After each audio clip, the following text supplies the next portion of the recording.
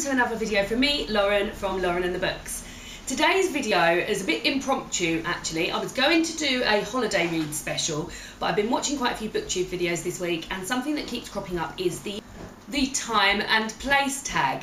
So basically this is a tag where you pull 10 books off your bookshelf and talk about a time or a place that these remind you of. Now, I'm a great fan of rereading books, and I reread books all the time, and I love the fact that I can read a book and it take me back to the place I was when I first read it, or a place that's really vivid to me when I read it. So this tag, I was like, I have to do it. So I've got 10 books here and I'm going to work through and just tell you what time or place they remind me of. So let's get going. So the first book is The Lion, the Witch and the Wardrobe by C.S. Lewis. I've got this copy here that I bought in a charity shop recently, and I've also got my big Chronicles, which is heavy. I love Lion, the Witch and the Wardrobe, and it reminds me of when I first joined the library when I was a little girl, and I tottled down there, and my mum or my dad, it may even have been both of them, had said to me, oh, you must read The Lion, the Witch and the Wardrobe, you'll love it. And I paid a little 35 pence, got it reserved and read it, and I loved it. We did it when I was at school as well, when I was in year 2, so I was about 7, and I remember we had a little spread, and we had tea and toast, and just like when Lucy goes to tea with Mr. Tumnus. And even now when I have honey on toast and drink it with tea, it always reminds me of The Lion, the Witch and the Wardrobe, and just takes me back to when I was little. And I love this book and I reread it all the time. So that is my first one. These are in no order, by the way. They're not chronological or anything. They're just basically in the order I pulled them off the shelves. The next one is The Fault in Our Stars by John Green. So this reminds me of the beginning of the year and new starts. So a lot of people don't like New Year, a lot of people hate January, but I'm a lover of lists and new starts and ticking things off and New Year's resolutions. And my friend got this for Christmas, my friend Emma got this for Christmas, and she lent it to me, and I read it in the new year. And I just remember reading it and it being the second book I read that year and thinking, I'm going to have a really good year of reading.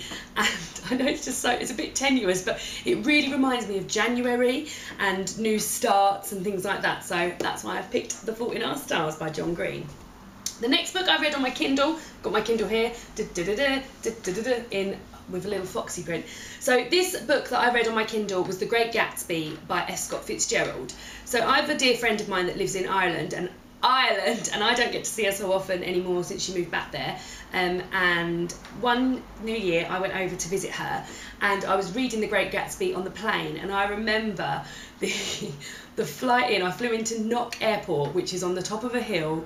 It's the windiest airport ever, and I remember the aeroplane just being like flinging me all over the place, and I was flying on my own, which I don't normally do, and I just remember really concentrating on reading The Great Gatsby and just trying not to see all this drama and things that were going on around me, because people next to me were frightened, the air stewards had strapped themselves in, and it always reminds me of when I flew into Ireland that time. So that was and I've recently reread it for book club, and it reminded me of the same thing. So that is why I picked The Great Gatsby by F. Scott Fitzgerald. So my next one, and you won't be able to guess what time of the year this reminds me of, is The Jolly Christmas Postman by Janet and Alan Allberg. So this is a book that I never had when I was little, and I always wanted it, and my boyfriend bought it for me last Christmas. We went Christmas shopping on my birthday, and we split off our separate ways, and when I got back he had bought me this. And then also, quite sadly, or coolly, depending on who you are, on Christmas Eve last year, my boyfriend and I read it to one another. So it's such a cute book. It's a rhyme about the Jolly Christmas Postman, and if you're from England, you will know about this book. There's another one called the Jolly Postman. So so every other page they have a little envelope. So this is to Baby Bear, the Four Bears Cottage in the Woods, and in it is a little envelope. Look at that. So they've got a Christmas card to Baby Bear, and then it's just got in there. And me and my boyfriend just read this to each other on Christmas Eve. I read the story, and he read the inside the envelope. Here's another one. It's a little puzzle. So we did that as well. And we just sort of said we were going to make it into a bit of a tradition of ours, just looking over this on Christmas Eve. So it reminds me of Christmas and just of joy and love and everything. And if you haven't got this book, or if you've got kids, you should get them this, because this was an absolute thrill when I was younger. If I used to go around somebody's house and they had this book, I would not put it down. I would be so excited. So when my boyfriend bought me this, it was like a childhood dream achieved. I was so happy, and it reminds me of Christmas and of Christmas Eve.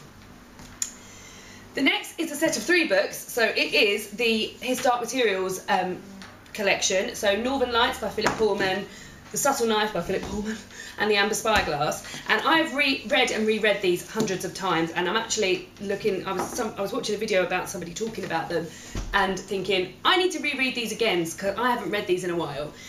The specific time they remind me of is when I was just before I started university, I think. My parents have got a place in France, and it's in like a quite a quiet village, and there's not much going on.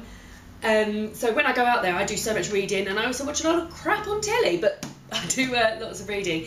And I read these out there one summer when I went out there, and I remember getting to the end of The Amber Spyglass, and I mean, I've cried over books before, but this was full-scale sobbing. Had to go and lock myself in my parents' bathroom and just cry because I just found the ending so beautiful and so lovely.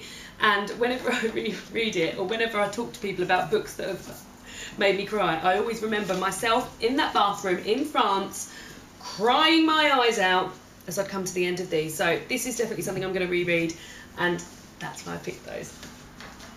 The next book is Noughts and Crosses by Mallory Blackman. I also read this on my Kindle, but I've since bought it just because I love the book so much. My sister recommended it to me. She's an English teacher, and she did it with her pupils at school. And I took it on holiday with me to Bulgaria with 2 of my friends. And I remember it was so hot, and I don't like the heat. And I just remember being in Bulgaria and it being really hot, and being with 2 of my very good friends, and just sitting with my feet in the pool, and the pool being freezing, and I mean freezing, and just being there and just having a lovely time basically. So it's not much happened there. Like, it wasn't like we didn't go, it wasn't a big raving holiday or anything like that, and we didn't go in to see many sights or anything, but we just had a lovely week just catching up. It was with a friend of mine from university and her friend who I don't get to spend a long amount of time with, so to be able to spend a week with her was lovely. And whenever I read this, I just always remember reading this with my feet in the pool and it being boiling in Bulgaria. So that's another one.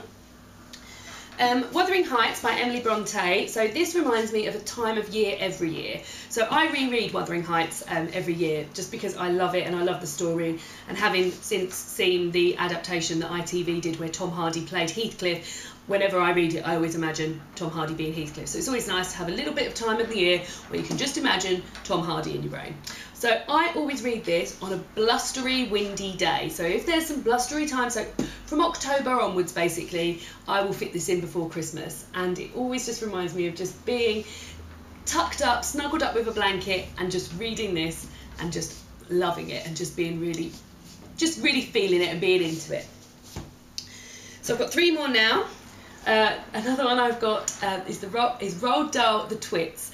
So when I was younger, my parents were buying a house and we moved in with my nan and granddad for a while, and me and my sister were shacked up in the small bedroom in bunk beds. And I remember one night going to bed and everyone, oh, night Lauren, night Charlotte, gives little kisses, and I remember staying up and reading this by the light that was in the hallway. So there was no light on in our bedroom, we didn't have a lamp in the bedroom, but I remember thinking, well, I can't not read this, and I stayed up till what I imagined, which I thought was a really late time, and just read the whole thing by the light that was on in the hallway, and I just loved it. And I remember giggling and trying not to wake my sister up, and yeah, I just think it was quite, and I remember feeling like it was quite a feat that I'd read a whole book in one sitting when I was that young. So that is why I've picked Roald Dahl, The Twits. I could have picked any Roald Dahl and given hundreds of stories of when I've read them and when I've loved them, but this was the one that stuck out to me. So my second to last book is Harry Potter and the Half-Blood Prince. Again, I could have picked any one of the Harry Potter books and picked a story to go with it, but this one in particular. My friend Emma and I, we queued up at WH Smith's in our hometown at midnight with quite a lot of youngsters to get this book. And all of our friends were out drinking at the pubs, out drinking, going to the clubs, and on our walk home with our little WH Smith's bag, we bumped into a guy that we know who was like, oh, you two coming out, you two coming out, and we were like, oh no, we're actually on our way home. He's like, where are you going, where are you going? And we were like, oh, we're going home to read Harry Potter. So off we trotted home, then to my friend Emma's house. Then by the time we got home, I had a text from one of my other friends, Emily, who was out, who we hadn't spoken to, but who this guy must have seen and said, just in Lauren and Emma, they're not coming out because they're going home to read Harry Potter. So I had a text from Emily saying, why aren't you coming out, you Harry Potter losers? And I thought, we are Harry Potter losers, and we love being Harry Potter losers. And then we stayed up till about 2 in the morning, just silently sitting opposite one another, just reading this. So this is why I picked Harry Potter and the Half-Blood Prince, because it always reminds me of that time. So my last book isn't a fiction book. It's a bit of a strange choice, actually. It is Jamie's Great Britain by Jamie Oliver. As you can see, this is a very battered copy. So this reminds me of last year. I moved in with my boyfriend in February, and my New Year's resolution for that year was to cook everything from this book. Now, it was a raving success. I had a great time cooking everything in it. Not everything, I cooked about 90% of it. There's a few things I wasn't able to cook. And I've got so many great memories, from having people round for dinner to taking desserts that I've got out of here round people's houses for dinner. And since then, I'm going to do it every year. I absolutely love doing it. So this year I'm cooking my way through Save with Jamie. And it just reminds me of moving in with my boyfriend and just loads of fun memories. And I look through this book and I see, I'll look through and I'll see one like, sweet leek and rabbit pie, and I'll think, I remember that. That was when my sister Charlotte, her boyfriend Stuart came round on a Sunday afternoon, and I made that. And there's so many memories in here for me, which I think is really great for a non-fiction book, which is a bit strange. So, but I just loved it, and I just love doing it, and it's a real hobby of mine, cooking. So it was just an absolute joy to work my way through this, and I've just got so many memories. And I'm going to start. I mean, this book's been a bit hidden away this year because I've been cooking my way through the other book, and now I just feel like now I've pulled it out again. I'm going to think, oh yeah, there's another one, Ecclefechan and Tart. I made that when my friends came round for dinner, and they all stayed over, and I just remember making that and it just being bloody lovely. So yeah, great. So that's my time and place tag. I absolutely love doing it. It really awakes some memories for me. And to be honest, those whole 10 books, which is a whole 12 books really, because there's 3 in the His Dark Materials series, I just want to read them all again now, having looked at them. So it was a really great heartwarming thing to do, and I've loved doing it. So I picked this up from watching Jen Campbell and Jean Bookish Thoughts video, but I wasn't tagged. I just sort of thought I would jump in on it. So if you're watching this and you think this is a great idea, then definitely consider yourself tagged, because it's really nice to take a little walk along bookish memory lane. So that's it from me this week. Thanks guys, bye!